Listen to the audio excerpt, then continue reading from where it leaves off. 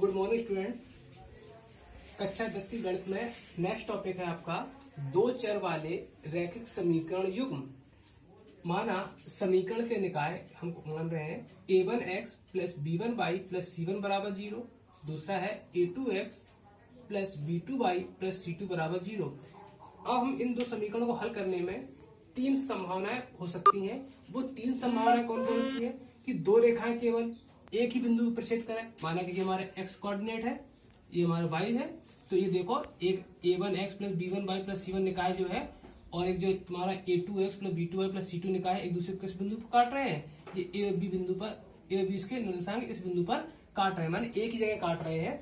तो क्या हो सकता है कि x बराबर a और y बराबर b है, तो समीकरण निकाय क्या है, अद्वितीय हल है, माने एक हल है, या इसी को बोल सकते हैं हम क्या, संगत है।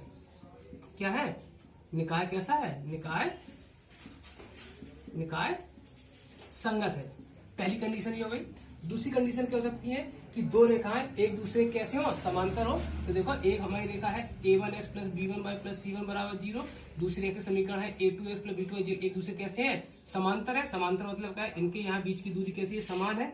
यहाँ पर भी इन समीकरण के बीच की दूरी कैसी है, समान है। तो हम ये बोलेंगे कि ये एक दूसरे के परस्पर के हैं, एक दूसरे के समांतर है। अगर जब कभी दो रेखाएं एक दूसरे के समांतर होती हैं तो ऐसे निकाय का कोई हल नहीं होता है, इसी को हम बोल सकते हैं कि ये असंगत है। क्या है ये, असंगत। और तीसरी कंडीशन हमारी है कि दो रेखाएं समपाती है या अध्यारोपित है। इसका मतलब क्या हुआ कि जो दो रेखाएं जो है एक दूसरे का इसी के ऊपर है। एक रेखा जी तो a1x plus b1y plus c1 बराबर 0, दूसरा समीकरण जो है a2x प्लस b2 दोनों के इसी के ऊपर है। अध्यारोपित का मतलब होता है कि दो रेखाएं एक के ऊपर एक चढ़ी है। तो ऐसे में क्या होता है, ऐसे निकाय के कैसे अपरिमित अनेक हल होते हैं। कितने हल हो सकते हैं, अनेक हल हो सकते हैं। और इसी को भी क्या बोल सकते हैं, निकाय के संगत हल है। क्या बोल सकते हैं, संगत है, परंतु ये क्या है तुम्हारा, परतंत्र। ठीक है। प्रश्नावली 3B का एक पहला क्वेश्चन है, जो एक रैखिक समीकरण है x प्लस के y बराबर 17, x माइनस के y बराबर 1। इस रैखिक समीकरण को हल करने की भी तीन विधियां हैं। हल करने की तीन विधियां हैं। ठीक है, तो हम उनमें से एक विधि हल करेंगे। वो एक विधि हम प्रतिस्थापन विधि से, कौन सी विधि से, प्रतिस्थापन विधि। तो प्रतिस्थापन विधि में हम क्या करते हैं कि ये इक्वेशन नंबर फर्स्ट, इसे इक्वेशन नंबर सेकंड। तो हम इक्वेशन नंबर फर्स्ट से उतारो x प्लस के y बराबर 17 है, तो यहाँ से x बराबर वैल्यू निकाल लेंगे। तो x बराबर क्या जाएगा 17, y की वैल्यू साइड पहुंचा दो, माइनस के y। ठीक है, तो ये x की वैल्यू निकालेंगे। अब क्या लिखेंगे, x का मान समीकरण 2 में रखने पर। ठीक है, तो रखें तो क्या जाएगा, x समीकरण 2 अपना उतार लो पहले। तो x माइनस के y बराबर 1 है, इसमें x की जगह क्या रख देंगे, 17 माइनस के y रखें।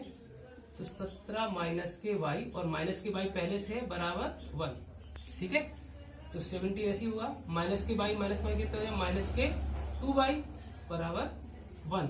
अब क्या करेंगे, माइनस के 2y बराबर 1, ये प्लस के है, इक्वल साइड जाएंगे, माइनस के 17, तो क्या जाएगा माइनस के 2y बराबर, यहाँ क्या जाएगा माइनस के 16।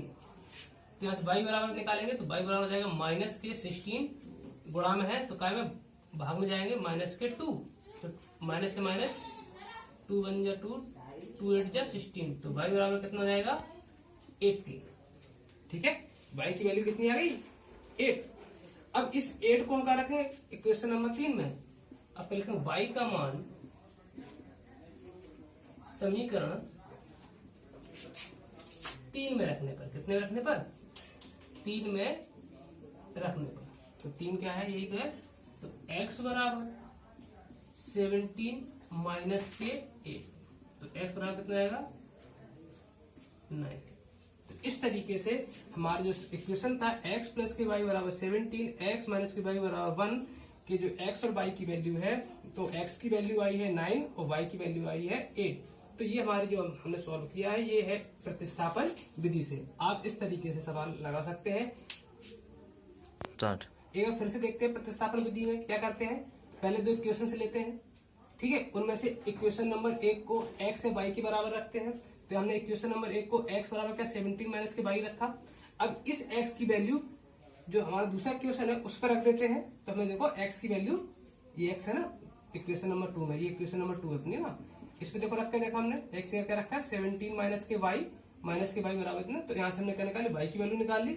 अब जो y की वैल्यू आई, जो हमने इक्वेशन नंबर 1 को x बराबर 17 माइनस से y बना दी, इसे हम इक्वेशन नंबर 3 बना दी, इसमें रख देते हैं। तो इस तरीके से हम x और y की वैल्यू निकाल सकते हैं। तो इस विधि को हम बोलेंगे प्रतिस्थापन विधि, जो बोर्ड एग्जाम में 2 नंबर या 4 नंबर में आती है। प्रतिस्थापन विधि, बीजगणित विधि और एक होती है विलोपन विधि। तो हमारी पहली विधि हमने सॉल्व कर ली है, वो विधि है प्रतिस्थापन। हाँ बच्चों, प्रतिस्थापन विधि का एक सवाल और देख लेते हैं। कोई एक समीकरण है 3x प्लस के 2y बराबर 4, दूसरा है 2x माइनस के 3y बराबर 7।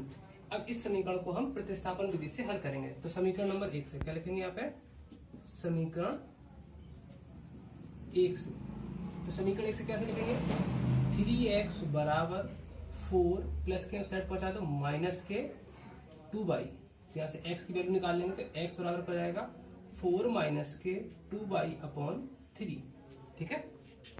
इसे हम इक्वेशन नंबर 3 मान लेते हैं।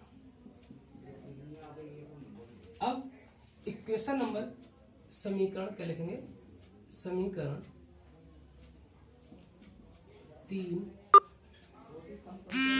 का मान समीकरण 2 में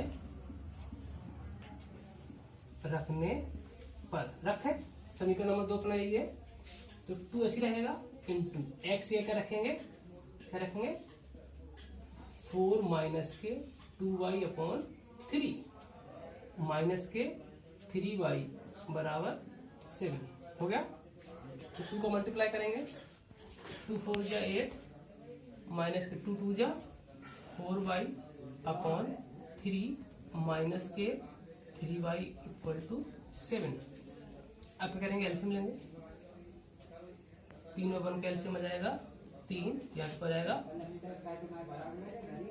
8 माइनस के 4y माइनस के 3 3 जा 9y इक्वल टू 7, ठीक है।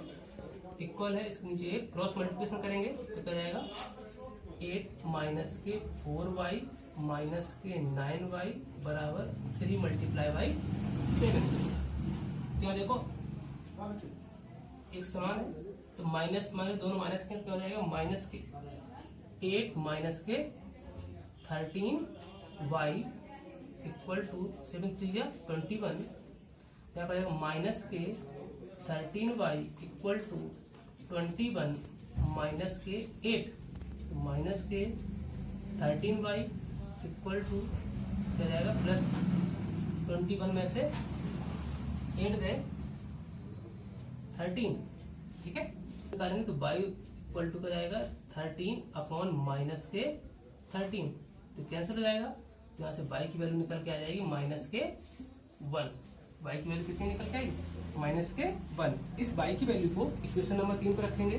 कैसे सम करेंगे, y बराबर माइनस के 1 का मान समीकरण कितने में रखने हैं, समीकरण ये 3 है ना, 3 में रखने पर रखें। कैसे रखेंगे, x इक्वल 4 ऐसी रहेगा 4 माइनस के 2 मल्टीप्लाई बाय माइनस के 1 अपॉन 3 ब्रैकेट 1। तो x equal to 4 minus minus का मल्टीप्लाई जाता है प्लस 2 1 जा 2 अपॉन 3।